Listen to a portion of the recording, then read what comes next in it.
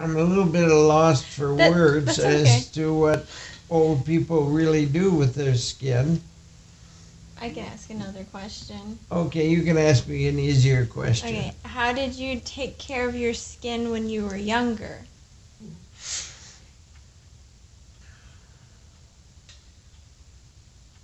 Did you worry at all about your skin when you were younger? I don't think so. I mean, skin for a young person really isn't something that I don't think younger people think much about that. Here are 4 skincare products that I have been obsessed with this past month. So this is Okay, up first we have Dedro Alpha Glycolic Acid. I know this stuff is so formal smooth. anti-aging It's fine. Best is really Serum has good. over 93,000 positive reviews and also for no reason. Youth and Age by Khalil Gibran. In my youth, the heart of dawn was in my heart, and the songs of April were in my ears. But my soul was sad unto death, and I knew not why. Even unto this day I know not why I was sad. But now, though I am with eventide, my heart is still veiling dawn. And though I am with autumn, my ears still echo the songs of spring.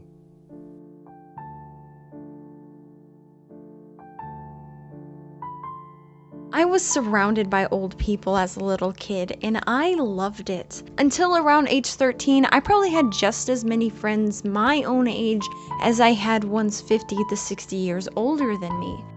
One of my favorite things about my elderly friends was how much their appearances contrasted the stories they told. I would hear these intense tales about serving in the military, and the voice that was telling me this looked nothing like the wartime hero I was familiar with from movies. Some of the older women would paint these beautiful romances, but I didn't know what they looked like when they were younger, so the stars of their stories in my mind had gray hair and wrinkles. Sometimes when they would tell me stories about their lives, I would tell myself stories about their skin. Stories like how the lines on their foreheads, eyes, and mouths were the paths most traveled by villages of microscopic people living on their faces. Or how the veins revealed by my grandmother's thinning skin were blue and purple gummy worms, which explained her iconic sweetness.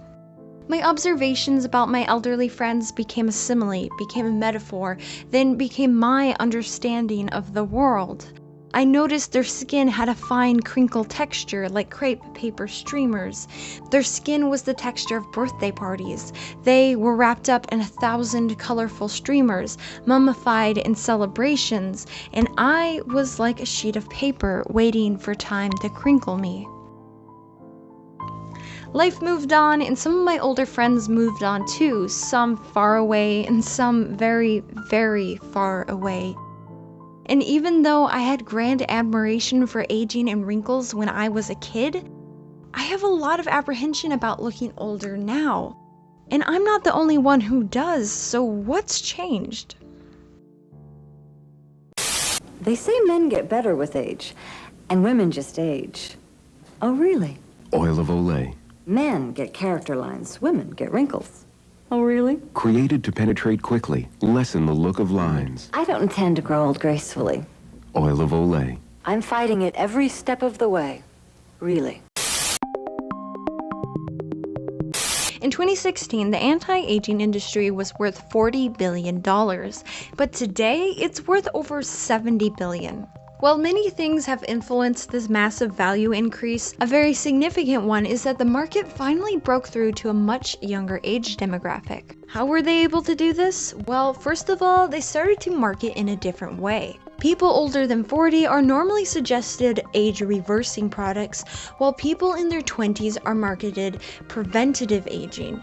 Unlike previous generations, Gen Z is told that if we get baby Botox now, we won't need a facelift later. Secondly, the consumers started marketing themselves. Before, it was models and celebrities endorsing these products, but now it's everyday people. When the advertiser is everyone and anyone, it makes the beauty ideal they're promoting seem more obtainable. One survey conducted on women across the country found that the average millennial started using anti-aging products at 26, as opposed to the average baby boomer and Gen Xer who started around 47. In a fairly short amount of time, our relationship with aging skin has drastically changed. Since a good chunk of my generation documents everything, it's pretty easy to see what we do with our skin. But what about the older population? What? How do I take care of my skin?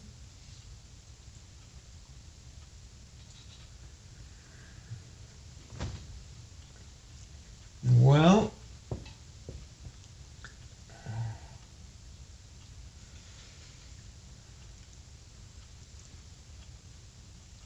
you sure you don't have another question in there about how do old people take care of their skin? How do I take care of my skin? Well, the main thing is, to keep it clean and to moisturize it. Moisturize, moisturize, moisturize. Going on with old people's skin care, I think that falls under the category of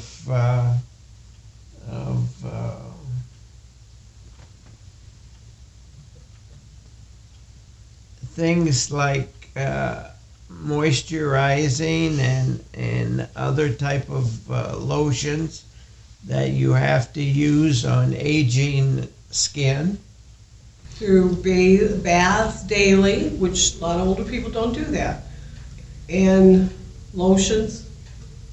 That goes along with hand sanitizers that are very necessary. Is it different than how you took care of it when you were younger? Yeah, I never paid attention when I was younger. It was just there. Not really. No. And doing natural things, just. Yeah, absolutely, more moisturized. Now compare those responses to the 10-step skincare routines common on social media, and I think we got ourselves a clear generational divide in how we think about our skin. Now you may be thinking, isn't it a good thing younger people are getting serious about skincare? And yes, of course that's good, but note that health isn't the goal of anti-aging. The aim of these products is to make you look young. While premature wrinkles can be caused by poor nutrition or smoking, the lack of wrinkles is not an inherent sign of health. The truth is, there's a lot about aging we don't understand, and there's very little evidence to back up most of the claims these anti-aging products make.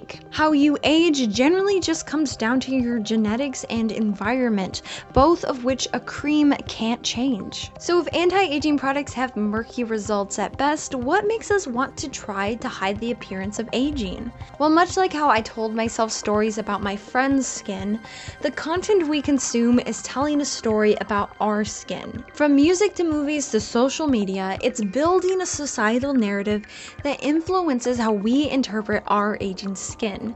While words can't do much by themselves, when repeated by thousands of people over several generations in a dozen different ways, sometimes the words become rocks, dense with meaning. Sometimes words become what looks back at you in the mirror. So by looking at the general narrative of youth and aging in popular media, we may begin to understand why we are so desperate to maintain youthful looking skin.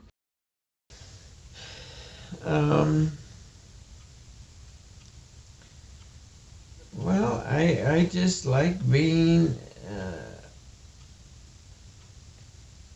73 because it's a very nice day today, and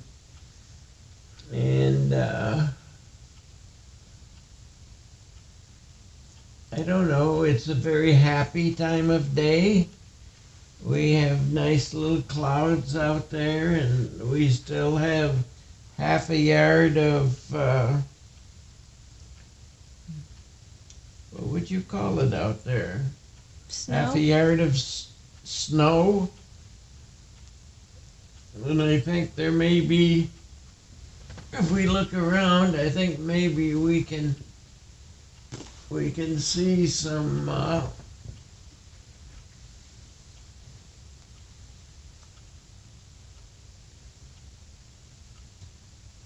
happy snow out there. The best part is being the age what I am right now. Because I can do just about, I mean, I'm so blessed to be able to do what I do at this age. I think I'm a little bit maturer than I used to be. But that's debatable too, when you talk to my children. No. It's the best age. It is. Yes. Cassie decided to wake up at 4 a.m. that morning to get ready for school. She needed to clear her head, and for those 3 hours she spent getting ready, she only thought about one thing.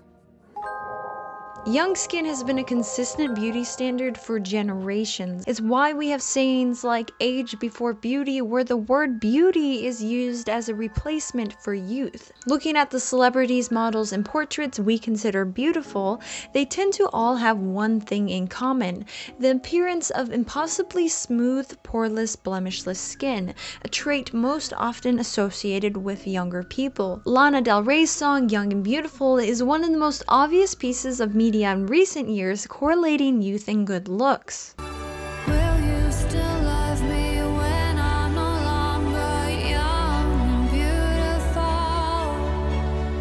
Will you still love me when I got nothing but my aching soul? This question repeats again and again in a somber tone, suggesting the loss of youth and therefore beauty could be the breaking point in the speaker's relationship with her significant other. And the reason why this is a legitimate concern is because these traits are linked with desirability. We can see the same message reflected in video trends like this. My dad said he rejected lots of girls back then. I didn't believe him. Until...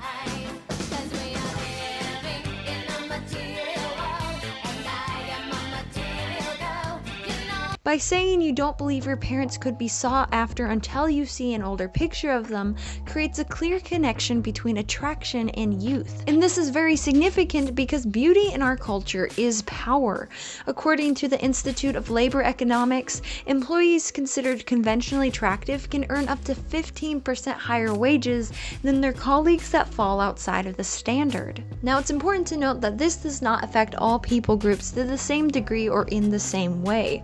A study run by the University of Victoria investigating the impact of ageism had its participants create or find images that relate to this topic. Some of the participants' responses to these images provide a very interesting perspective. We seniors are almost portrayed as the enemy, and we anti-aging is the big goal to strive for. Which implies, it's ridiculous when you think about it, nobody can prevent aging. So what does anti-aging really mean? And it seems to be more of a cosmetic thing than a spiritual thing. It's more look young. You can get as old as you want as long as you look young, which is a ridiculous premise. I saw this as a feminist or as a female thing, but then I realized men are assailed also. And so anti-aging fitness program, which suggests if you follow this, you will not age, which is like hogwash. And then that's the anti-aging solutions. Well, is there a solution to anti-aging? There is to aging. There's no solution. You will age. It's a fact. Do you think that in terms of the anti-aging ads, do you think that they're evenly distributed between men and women, or do you think there's somewhat of is there any gender bias in that? I think more women. The ads are more focused towards women. I mean, men's anti-aging stuff, nobody ever suggests that the guy shouldn't have a wrinkle. There is no commercial that I've seen that tells him how to keep his skin firm and tight.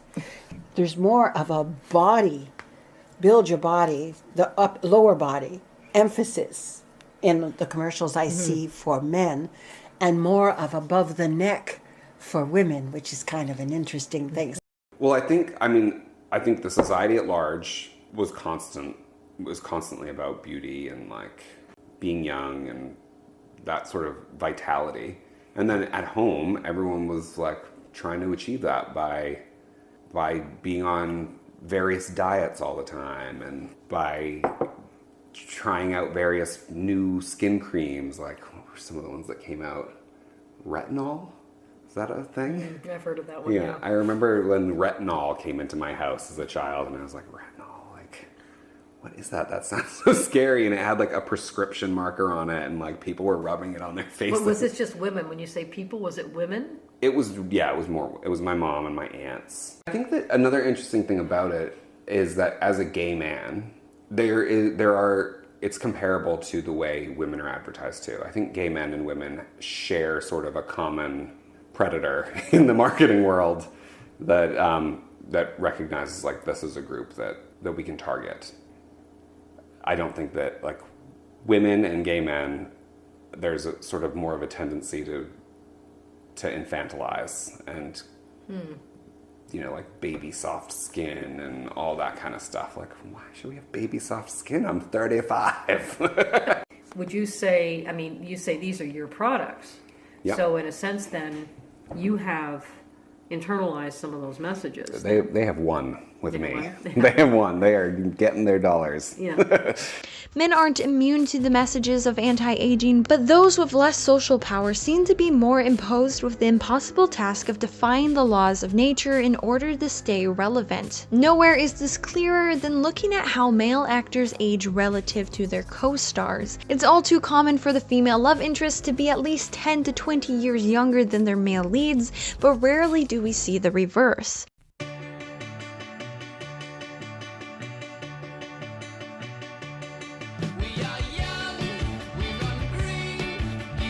Another story we are commonly told is that to be young is to be free. It's to be on an adventure. One of our earliest stories mystifying the idea of youth is an adventure story.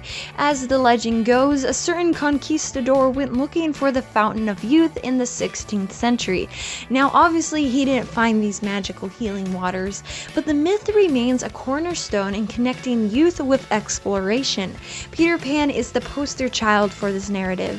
He spends his days living without rules and rescuing children from having to grow up and live by society's expectations. I don't think it's a coincidence then that the most actively present adult in the story is not only the enemy, but a captain, a figure of order and rules. The connection of youth with freedom and independence isn't strange considering the average 20-year-old doesn't have to worry about the same physical concerns as someone in their 60s does. We see young people and we assume they have their whole lives ahead of them. They are Peter Pan existing in a limitless state, when in reality no one is guaranteed to live on into old age. Everyone is more like Captain Hook, trying to outsmart time and mortality. The correlation between young skin and freedom is likely why there are so many stories of characters taking youth from someone else. For example, Spider-Man's nemesis, the Vulture, gets his strength from temporarily taking people's youth and turning them old. Mother Gothel in Tangled is another well-known character for using a young person to rejuvenate themselves. Both the Vulture and Mother Gothel use stolen youth for independence, control, and power, while leaving their victims trapped in aged bodies or a tower. So if the story society tells about youthful skin is one of beauty and freedom, what story is told after we lose our young skin? The worst part.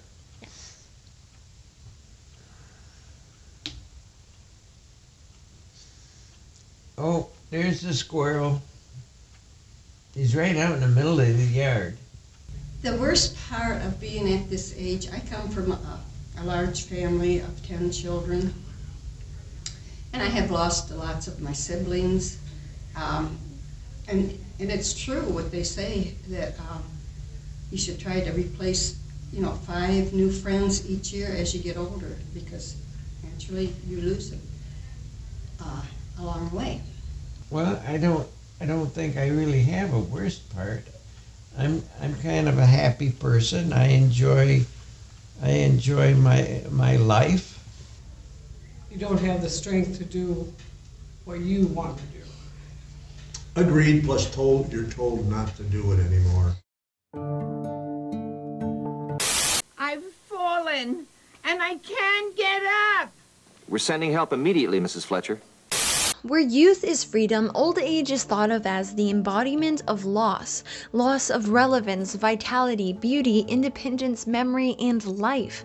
These things aren't inherently the result of age, but we perpetuate these messages anytime we say something dismissive like, oh, they're just a crazy old person. While youth has been associated with beauty for generations, aging has been associated with irrelevance. I see myself as invisible now.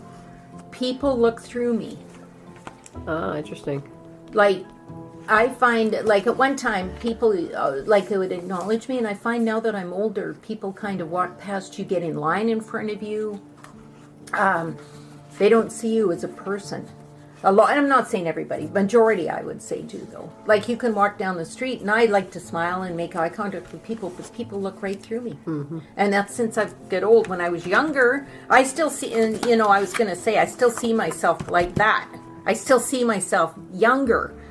And so it's really frustrating. I feel invisible. And I find that as I'm walking down the street, I find that as I watch people in family groups, that often younger people are talking to each other and the elderly is left to sit. I've talked to some people. One person told me she's a frill, and she says, you know, when I go to parties or things, family gatherings, people see me and they say, oh, can I help you? And they help me find a seat. Then nobody talks to me. If we're depicted as frail, as having somewhat dementia, as a joke.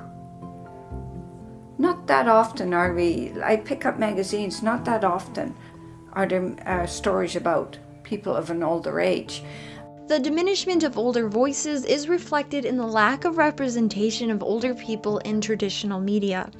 One study found that out of all the top grossing films of 2019, only 21% of the characters were over the age of 50, and very little had leading roles. Oftentimes, when an older person was represented, they were frail and homebound.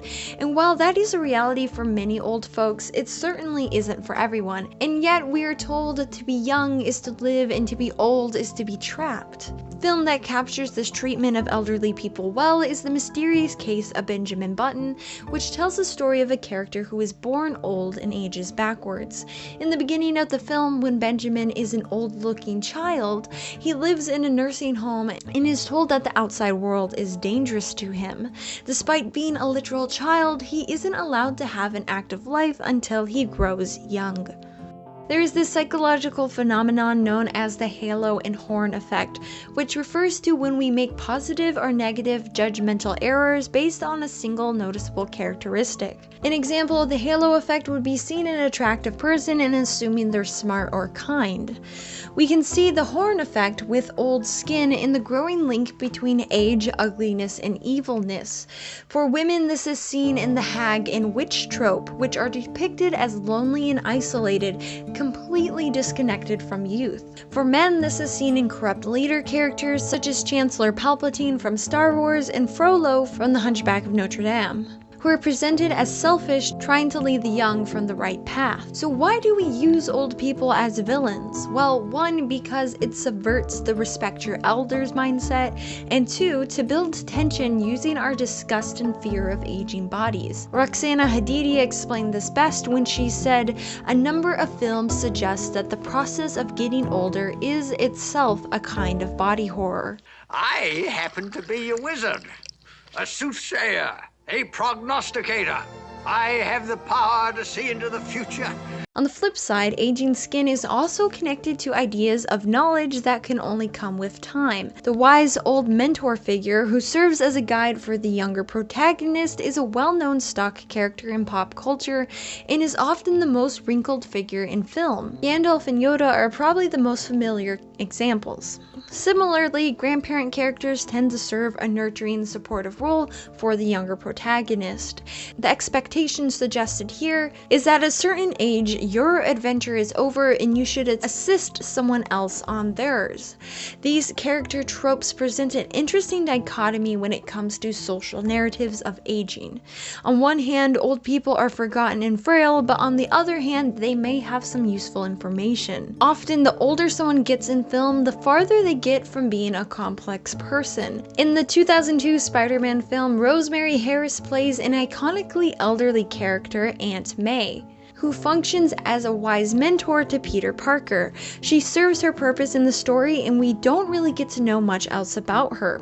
However, in 2017, Spider-Man Homecoming makes Aunt May over 20 years younger and expands her role outside of the wise mentor figure. In fact, this Aunt May has a very complex life of her own, involving relationships and passions that go outside of giving advice to her nephew. Only when the character aged backwards could they break out of their traditional role. While there will always be exceptions, in general, the story society tells about aging skin is that it's a sign people have served their purpose and can now slowly fade into obscurity. Because I think that's part of what I'm saying about like that idea of people stop and become static and have one idea. I think that's because that's what they're allowed to have. You know, that's what culture has asked of them, like, you've reached this point in your life, we want to define you and keep you in this role. And that role, as we see it, is either the Alzheimer's person or the sage keeper of knowledge. Don't deviate. And I think there's a lot more deviation. So what about this second photo that you have over here, which says dimensions? So I guess it's kind of speaking to the same thing, but it was more about vibrance and dimension. So like that's sort of why I went with. And again, like having sort of the bare shoulders, like to take away the idea that there's sort of a sexlessness in age. It felt hopeful. Like that was sort of the idea that's what I feel about it. I think that, I mean, people will come into it, but you always hear about that stuff about like old folks' homes where people are just like STIs are on the rise because everybody is still sexual when they're older, like it doesn't end. But that's never depicted. So there's like, that's part of it. Like we're not shown these dimensions in popular culture, but it doesn't mean they're not there. Like, old people still exist. So what's really interesting about Grace and Frankie, because they are in that age range, and they are actually dealing with all of it. And again, it's always done comically, because I don't think that society thinks people can handle thinking about like real romantic, passionate, sexual life in older people, so they always have to throw that comedic edge on it.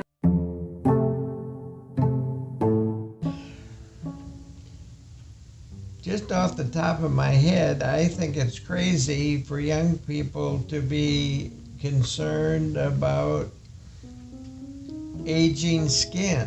Why on earth would young people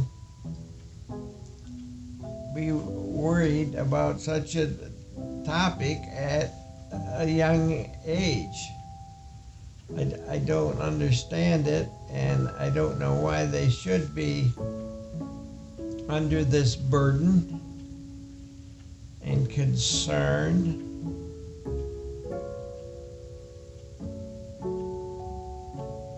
About such a topic. Well, I think because of being a Christian, one of the reasons would be you don't have to worry. You look great all the time, even if somebody else doesn't think so. Look in the mirror and say, inside I'm 25, I can't help what you see or I see, but the Botox and stuff is going to make your skin much worse when you're older age. I think the hard part is just to begin to learn to enjoy the age that you are, and that comes with time to understand that you are the age that you are, and then just enjoy life that God gave you. You are who you are, and you can't change that. But if it helps you with your appearance, makes you happier, I guess maybe it's okay. Now, it wouldn't be for me.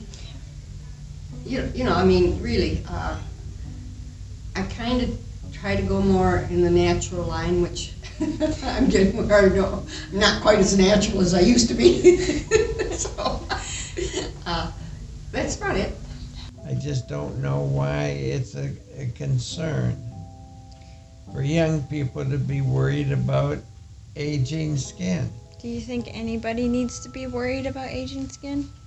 Yes, people like me, or old people. We have a lot of reason to be worried about aging skin, because if you take a close-up of my skin, I have all kinds of reasons to talk about wrinkles and things like that. Seeing how we generally present aging, it makes sense why some people would want to stay young. But these narratives are not the only narratives about aging skin that matter. There's still one more story left to tell. Your story. There's the story society tells about your aging skin, and then there's the story your aging skin tells. The true history your skin develops is personal. It's as personal as the moments you spend laying outside in the sun, moments which may become immortalized as age spots later.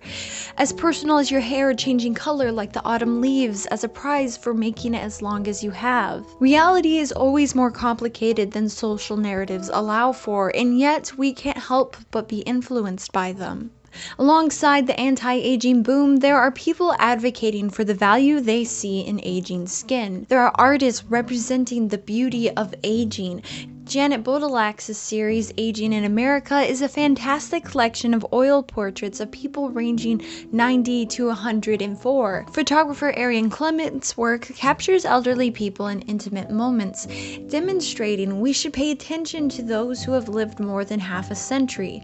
Regarding their work, Arian states, "This project owes its existence to the revelation I experienced when I encountered Marie Berth, a young 102-year-old beauty whose ease and casualness in front of the lens was as impressive as it was inspiring. What if beyond the traces left by the passage of time on her features, beauty could be something less tangible but more lasting?"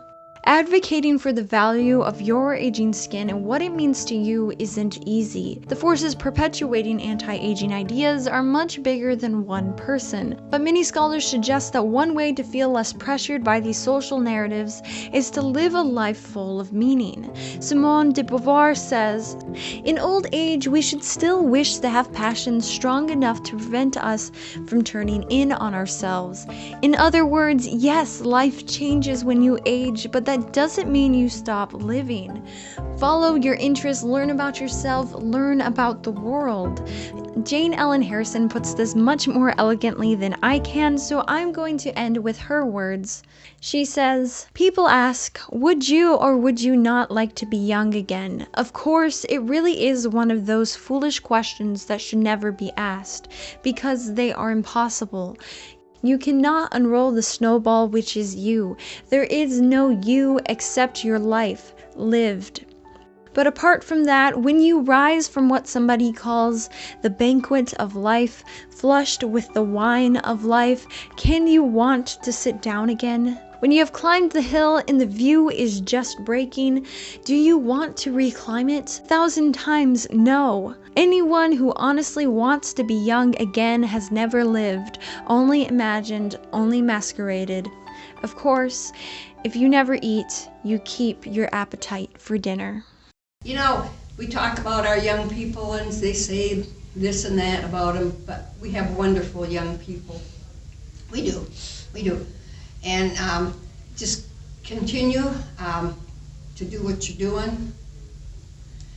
And may the Lord bless you and keep you. And, just keep the Lord in your life. Mm-hmm.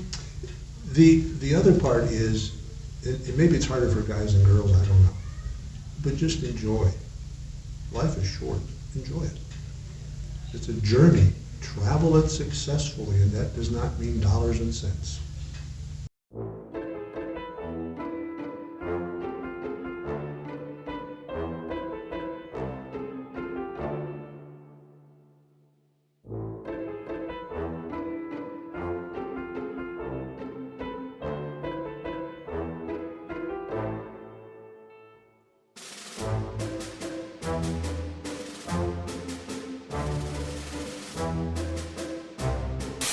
What is it with you and this skin question every 2 seconds? The project is about skin. I see. It's about skin.